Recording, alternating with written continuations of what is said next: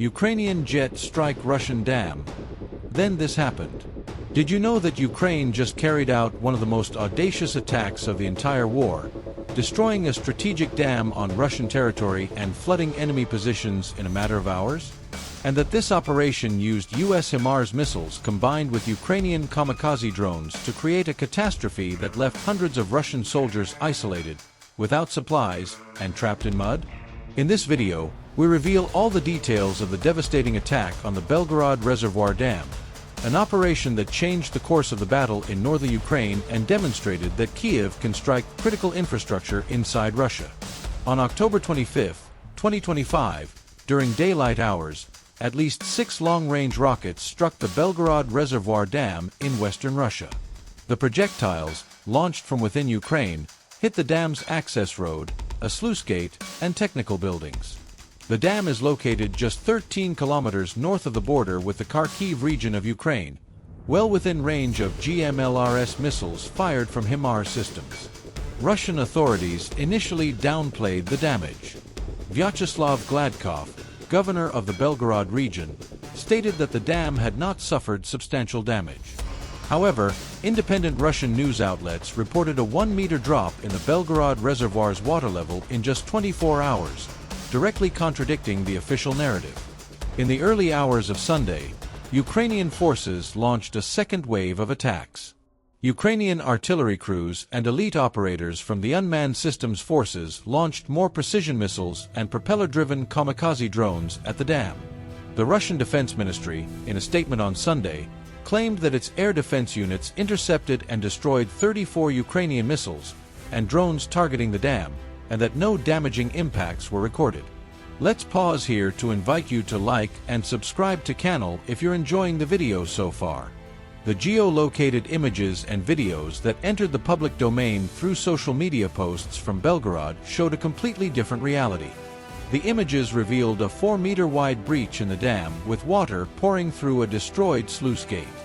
Road above the dam full of potholes and craters, and technical structures reduced to rubble. Robert Brovdy, commander of Ukraine's unmanned systems forces, confirmed the attack on the dam in a statement on Sunday. Brovdy credited the first independent center of unmanned systems forces, an elite drone unit specializing in long-range attacks against Russian infrastructure and military targets since late 2022, for the air component of the attack. The primary objective of the attack was to flood Russian combat units operating on the border near the village of Grafovka and the northeastern region of Kharkiv in Ukraine. Following the attack, the dam began releasing massive volumes of water, causing the reservoir level to drop by 1 meter in a single day. The water flowed into the Siversky Donets River, flooding Russian trenches and supply points along the river. The satellite images released confirmed the visible destruction of the dam and large-scale flooding downstream. Water from the ruptured Belgorod Dam inundated areas below the reservoir, covering new stretches of land. According to Vyacheslav Gladkov, 10 areas in the Shebekino district had already been flooded. Russian authorities worked to assess the full extent of the damage as the water continued to flow unchecked.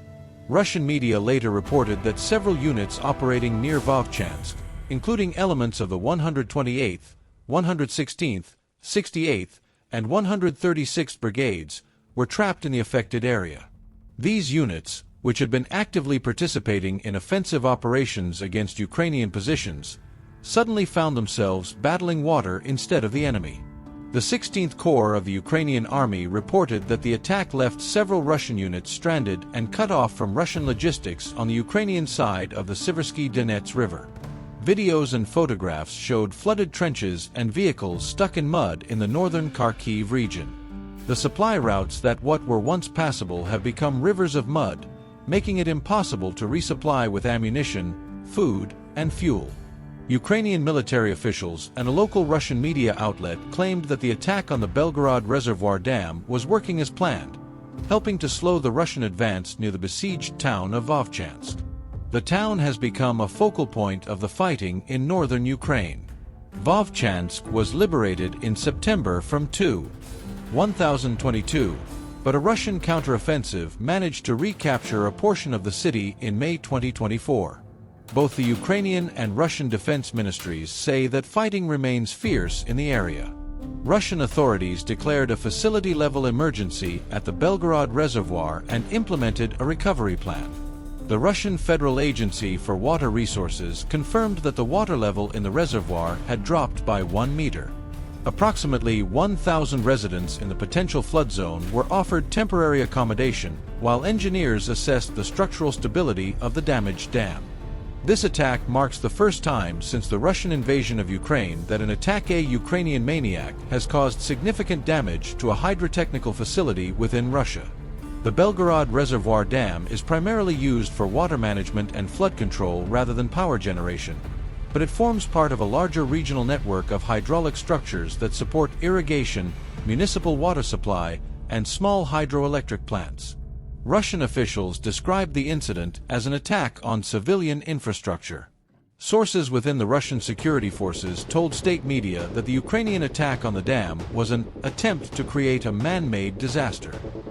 However, Ukrainian military spokesman Serhiy Brachuk suggested that the Ukrainians' lack of progress could change as water continues to flow from the dam. Let's see how they behave in a few days when all the main access routes are flooded, the crossings are inundated, and the fortifications are destroyed, he explained. Without supplies, ammunition, fuel, generators, and so on, their offensive capabilities will be somewhat diminished. The attack on Belgorod is the most recent, but certainly not the largest attack on a dam during this war. In March 2023, Ukraine claimed that the Russians intentionally blew up the Nova Kakhovka Dam on the Dnieper River, intending to disrupt Ukrainian logistics. While the full extent of that objective remains unclear, the attack caused significant flooding and created a massive ecological disaster in the region, affecting tens of thousands of civilians and destroying entire ecosystems. Military experts suggest that the attack on the Belgorod Dam may have served not only as a tactical disruption of Russian supply routes, but also as part of a broader counter-logistics campaign by Ukraine, targeting key infrastructure that supports Russian operations near the border. This strategy seeks to degrade Russia's capacity to sustain prolonged offensive operations by cutting vital supply lines. Engineers and hydroelectric power operators in the region are monitoring potential downstream effects on flow regulation and water availability. The use of civilian infrastructure as a military target sets a precedent.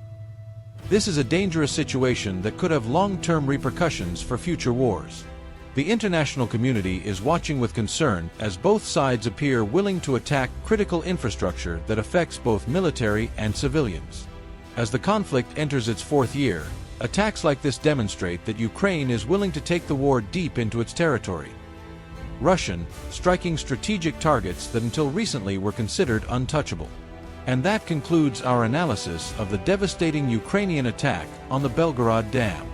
If you were impressed to learn how this operation changed the course of the battle in northern Ukraine and want to stay informed about the most important developments in the war, military technology, and combat strategy, don't forget to like this video and subscribe to the channel.